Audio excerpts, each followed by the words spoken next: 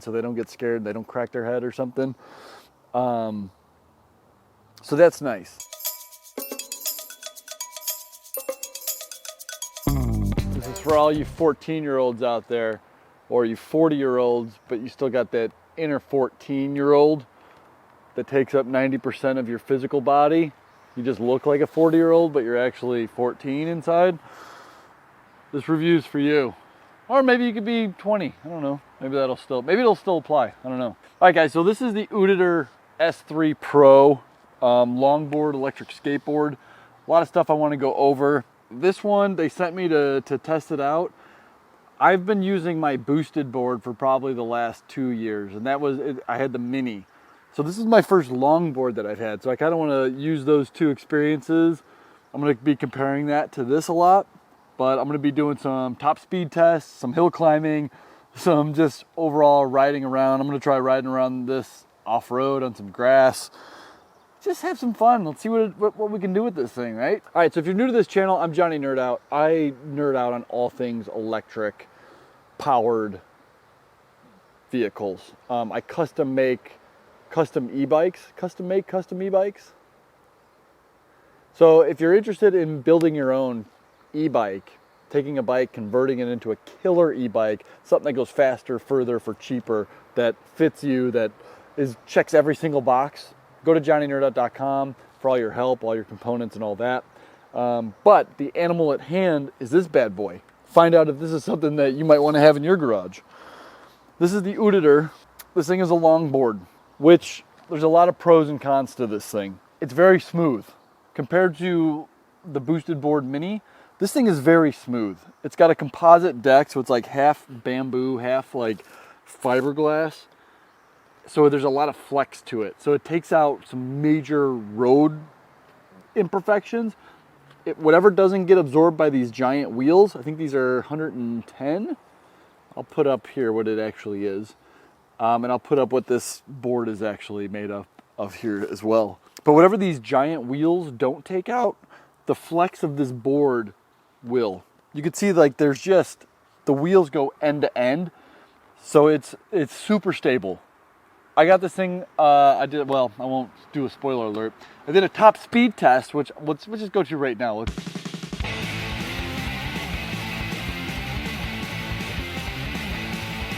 Yeah, so you can see this thing went 26. They claim it'll do 28, which I bet you it would do 28 if I had a little bit more runway, or if it was even like a slight downhill.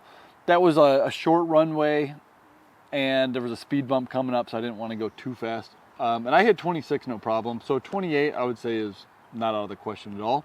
But it's super stable. Having this super long wheelbase, that's something I would not want to do on my mini skateboard. That thing tops out at 15 miles an hour. But the cool thing about this thing is that if you're a newbie and you don't feel like going 26 miles an hour, because it's freaking fast, and especially if you hit some road imperfections or something, could get dangerous. There's 4 different modes on here. First mode is like if this is your first time ever riding it, it tops out at like 4 or 5 miles an hour. I think it got up to 6 in mode 1. And then when you graduate from that, you get the feeling of it. Go to mode 2, that goes up to like 8 to 10 miles an hour. And then 3 goes up to like 18, and then 4 goes up to, as fast as it'll go. So you can kind of grow with it. And if you want to give it to somebody to try out, you can put it on mode 1 so they don't get scared, they don't crack their head or something. So that's nice. I really like that. Took me a minute to realize that. And also the same button, there's a cruise control on it. I didn't realize that at first because I don't read the instructions right away. That kind of freaked me out because I accidentally pressed and held it, and it went into cruise control mode, and I was like, oh crap, I wanted to be slowing down. But it took me a second, just applied the brake real quick, and it slowed down. Speaking of, the brakes are regenerative braking, which is awesome. And they actually work really good. And it also acts as kind of like a parking brake. I had to come to a stop on an incline, and if I let go, I would just slide down. So I just held back the brake, and it held me right in place. Next, I know you guys don't want to hear me talking about this. You just want to see me, what can this thing do? And what is it that you're going to want to do with it? If you're looking for a commuter, you can see 28 miles an hour that's going to be plenty for most people. However, some of you guys are like, well, I might have to do some off-roading or whatever. You want to do some off-roading. I did take it off-road. It handles short grass pretty well, actually. Like I was still able to go, you know, fairly fast, maybe like 8-10 miles an hour with these little tires. That's pretty impressive. Hill climbing, I tried going up my Widowmaker hill that I do on all my e-bikes that just plow through this. This one, you know, couldn't really get up that hill. I blame it on these tires because they're super smooth and I just couldn't really get traction. But even when I could, it kind of topped out at about 8 miles an hour. So as soon as I hit that hill, it just died in the water. But this has two 600-watt hub motors in the rear wheel here, which, you know, normally hub motors, I'm like, hub motors aren't.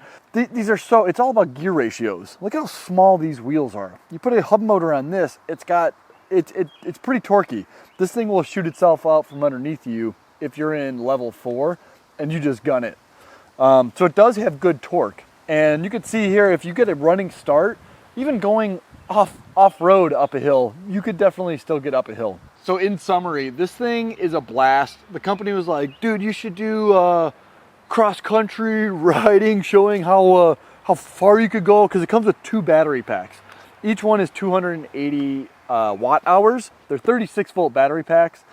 I've seen some people say that they're 42. I mean, that's just what a 36-volt battery pack is fully charged. So it's a 36-volt system.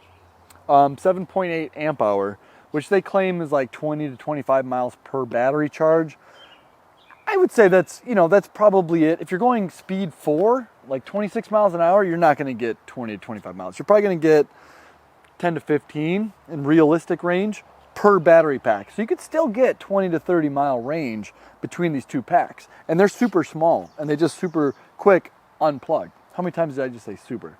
So you could keep one in a backpack, swap it out halfway through and still boogie along. If you're going slow, if you're doing like 10, 15 miles an hour, yeah, you might be getting that 20, 25 miles per pack. It is a pretty smooth ride. I had some crappy roads that I was riding on and I felt it when I was going really fast. My eyes started to like, my cones and rods started getting all discombobulated and it was kind of hard to see. But then as soon as I hit the freshly paved asphalt, this thing felt like a dream. It was just like, ooh. But if you had a smaller wheeled one, like my boosted board, it's almost unrideable. This one makes it so I can still ride. I may have to just go a little bit slower or something like that. But for $4.99, this is a great scooter. It's a great skateboard. You could turn this into a scooter by adding handlebars to it too. But it's a little bit more fun riding it like a skateboard.